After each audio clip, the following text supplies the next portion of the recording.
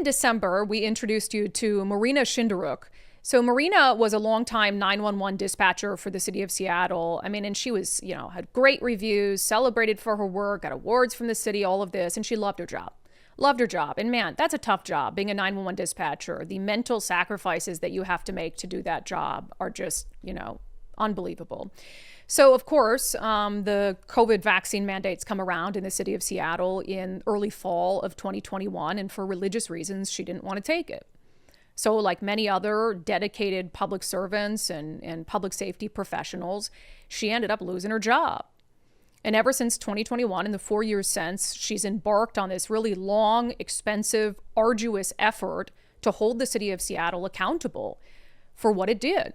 And when we talked to her in December, man, she was emotional. She had been through so much. She had to move in with her mom out of state, separate from her kids for a little bit to try to make ends meet. And just, honestly, she looked like she had been through the ringer. And in speaking to her in December, I wasn't so sure that the city of Seattle was going to budge on this, or if I could trust any sort of jury that might get the case in King County. But I'm happy to report that Marina has now settled with the city of Seattle for a high six-figure settlement.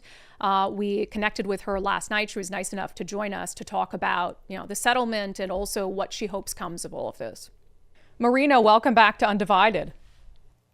Hi, nice to see you, Brandi. Thanks for having me. Yeah, look, I don't think that there's anything that will undo what was done, but I think this is great news compared to the last time we spoke. That was a really emotional time for you gearing up for this case. So did you expect the city to settle?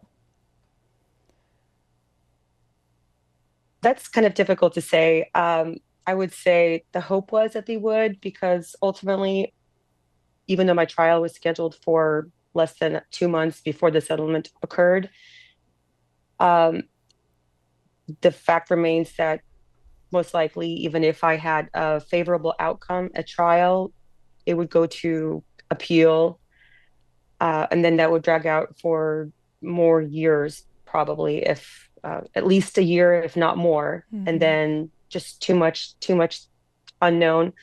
So, like, if I kind of weighed the total cost benefit, then definitely was more logical to settle. Are you able to talk about the terms of the settlement? Yes, that there's nothing that I cannot speak about for sure. So what did it entail? Was it simply monetary? Did they have to admit guilt or that they shouldn't have done it? So what was all involved? But they didn't have to admit anything that was not part of the our request, myself and my lawyer. Um, I feel like if it had been part of the settlement, it would have been an empty admission, if anything, because the fact that I had made so much attempts to get the issue resolved before even filing suit, uh, there it would not have been genuine. So I don't need a fake apology or agreement to change things, because it wouldn't have changed. But part of the settlement was for monetary compensation, economic damages, and part was slated for non-economic damages. And then, of course, reimbursement for attorney's fees, which was out of pocket for me hourly. Yeah. What was the ultimate uh, price tag? The final amount was $875,000. Is that enough? This has been a multi-year ordeal. Last time we talked to you, talked about having to, upend your life, move across the country. So many things. Is $800,000 enough to compensate for everything that they took from you? Unfortunately, not. It's not even in the realm of close to enough, because considering what my salary was at the time I was terminated, and then if you look at what the salary for my position is currently, I would have, in another 2 years, if not less, including overtime, and that's not even considering the benefits, I would have reached that amount. That I would have already, that would just been my income. Mm-hmm. So with everything else, like, I don't have a pension anymore. It's highly unlikely, if not impossible, that I'll ever be able to get another position, another secure employment that I'll have a guaranteed pension for the rest of my life if I retired. Like, I could have retired with the city after 30 years, which would have been what, 2038. So another 12 years, and I could have, or 13 years, I could have been happily retired.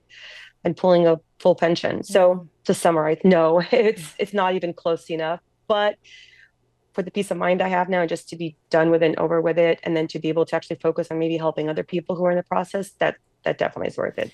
That in itself is great. Yeah, I mean, it should give them hope, right? I mean, to have the city of Seattle have to issue such a major payout over the COVID mandate. I mean, to me, it does feel like, and I don't know if this is your characterization, but a small bit of like justice and a small bit of, I guess, I don't know if it's an admission from them, but them having to pay a penalty for what they did.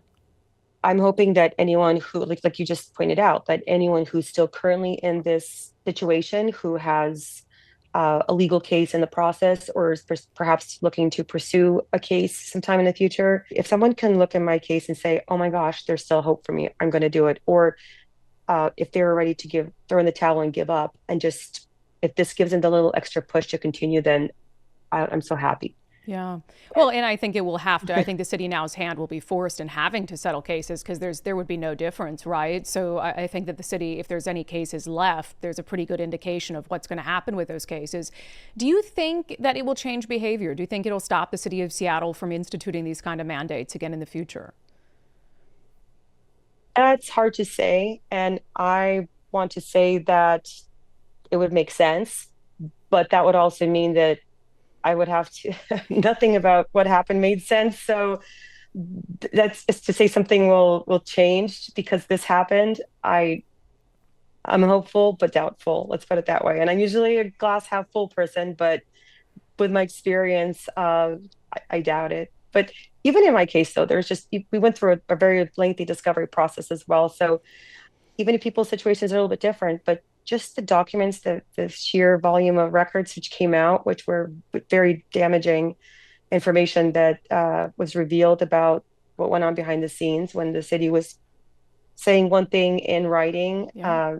on paper, but then acting in a completely different manner and advising their leadership to go a completely different route. That there was never, it was obvious from the records that there was no intent to accommodate anyone Yeah, if they across the said it board. publicly, they put you guys all through this effort of asking for these accommodations and behind the scenes. I mean, we've seen the emails and the reporting on it. It was never an intention to grant any of these exemptions. Yeah. Let's end here. Looking back, everything you've been through in the last 4 years, personally, financially, all of that, if you knew what would come, would you, in hindsight, just have gotten the vaccine? No, absolutely not. Um, that was just one thing I actually have thought about, and that's just why I answered so quickly because it is something I've considered. And this goes back to my initial feeling about it, or my initial sense of what I needed to do. I I thought about it. I had a long time between the time when we found out when the vaccine mandate was announced on August 8th or August Mm-hmm. 9th of 2021, and when we actually had the opportunity to submit an exemption request. It was over a month that passed in that interim. And during that time, I had a month to deeply consider it every single day and talk to my kids about it and think about or try to consider every possible outcome that could happen. It's like, well, I could apply for it, but I could still get denied the exemption. And then what? Should I start planning now? And I was already starting to make plans in the background for every contingency because I didn't know what would happen. But when the declaration came out, and then I mean, when the mayor in the declaration said that accommodations would be granted for in the form of masking and testing. So when the exemption got approved, that was the time when it was like a huge sense of relief. Like, okay, that was a hurdle. It would if it was not approved, then it'd be another fight. But it was approved, so it's not a problem. And then of course, find out it meant nothing. Yeah. That approval was perfunctory at best and no meaning. So Yeah. I would Yeah. And I change it. think I was with all of you thinking, well, no way they're going to do this. No way they're going to carry this out, especially, when we need 911 operators and first responders and all the people who were losing their Mhm. jobs. So I think we were all just like No way they're going to fire these people. It's crazy. Well, Marina, it's been a long ride since I first met you in tears at an event in 2021, telling me your Yes, story. You were very upset and still upset, but I think that this helps a little bit. So full circle moment. Thank you for fighting this tooth and nail all the way to the end, and I absolutely. do hope it helps other people. Thank you, Brandi. I appreciate you having me. Yeah, so happy for Marina. I wish the city of Seattle would come out and admit, hey, we made a mistake on the vaccines. We're not going to do that again. But I wouldn't put it past them to pay out all these lawsuits and then to institute a vaccine mandate in the future because they're just driven by ideology and nothing else. And, their whole, they've completely destroyed public trust and their ability to respond to any sort of pandemic or health emergency in the future. When you can't admit, when presented with clear evidence, that what you did didn't make any sense, then why would anybody ever trust you again? So happy for Marina. She's been through a lot, and I'm hoping the other cases are resolved forthwith.